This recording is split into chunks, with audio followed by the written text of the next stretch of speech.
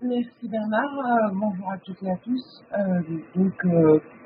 Là, contrairement aux précédents studios qui n'avaient pas de résultats et de discussions déjà vives, nous, on a considéré que c'était pas utile de lancer ce studio tant que les conditions de pandémie ne nous permettaient pas de nous rencontrer physiquement parce qu'on souhaite organiser d'abord un séminaire et pour lancer le studio. Donc, on n'a pas réellement travaillé pour l'instant, on n'a pas lancé encore le travail.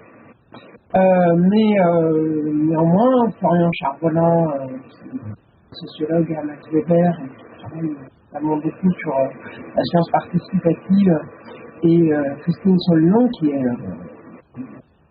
computer science spécialiste au CIPI, et moi-même, qui suis chercheuse en modélisation du transport, modélisation du transport, on s'est dit que ce serait intéressant de s'intéresser à la science ouverte pour plusieurs raisons. D'abord, il y a actuellement une évolution institutionnelle très forte, avec des discours Frédéric Vidal, des évolutions des pratiques d'évaluation, des obligations pour les projets de l'ANR, Horizon Europe, etc., sur le partage, sur les questions de partage de résultats, notamment de publications. Cet aspect d'ouverture de l'accès aux publications est très bien compris par l'ensemble des collègues et commence à rentrer vraiment dans les mœurs. Donc là, on peut être content et satisfait. Il y a aussi le partage de données qui se multiplie avec des habitudes de benchmark des logiciels, par exemple, sur des bases de données communes, mais aussi la généralisation du partage de données, notamment en transport. Donc ça, c'est des choses qui existent. Et puis, évidemment, il y a le partage de code source avec tous les GitLab, les GitHub, etc., etc. Et donc ça, c'est des choses qui sont relativement bien comprises dans certains aspects des sciences pour ingénieurs. Moins, pas encore tout à fait aussi bien dans les sciences humaines et sociales. Il y a aussi la question des sciences médicales qui a un aspect, une perception différente de cette question de sciences ouvertes. Notre objectif central dans le cadre du studio, c'est non pas l'objectif du studio, mais l'objectif de la science ouverte, c'est de permettre un débat plus large de la science qui se fait entre scientifiques, mais pas seulement.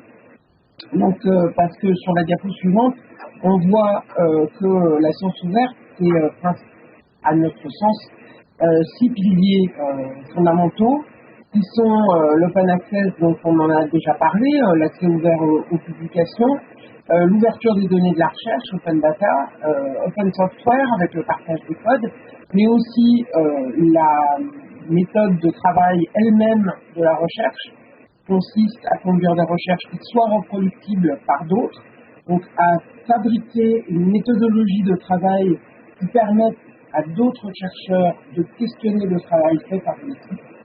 En ayant des pratiques de production de la recherche qui soient vraiment beaucoup plus favorables pour la confrontation. Actuellement, il y a peu de capacité de réutilisation par rapport à la quantité de travail fait par les chercheurs. Donc, c'est important de favoriser cette reproductibilité.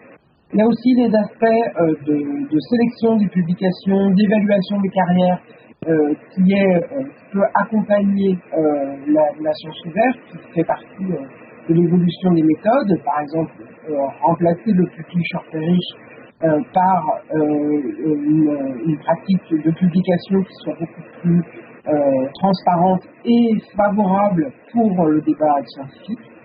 Et puis, le knowledge sharing, la diffusion des savoirs vers les étudiants, vers les citoyens et vers les décideurs. Et c'est ce dernier aspect très présent dans la science ouverte qui nous a fait penser, tous les trois, que la question de la science ouverte est une question fondamentale pour nous et que l'UNU doit se saisir de cette question. Et donc, ce qui nous amène à notre projet pour l'année 2022, qui est d'avoir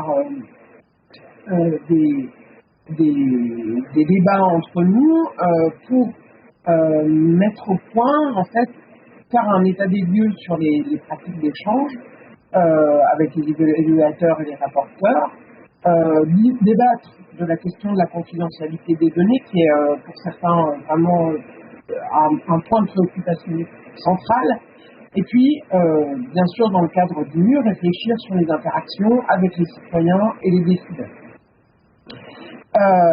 Donc, ce sont ces deux aspects sur le partage de pratiques professionnelles et la recherche de débouchés vers les citoyens qui vont vraiment nous concentrer notre activité dans le cadre de ce studio. Donc, notre méthode de travail, ça sera d'abord de faire un séminaire de lancement auquel vous êtes les bienvenus. Surtout si vous m'envoyez un petit mail pour vous signaler, ça me permettra de vous adresser une invitation personnalisée le jour J.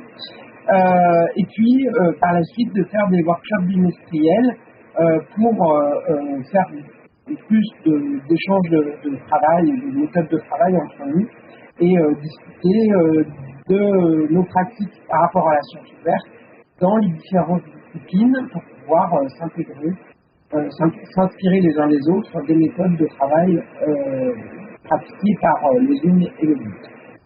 Merci de votre attention.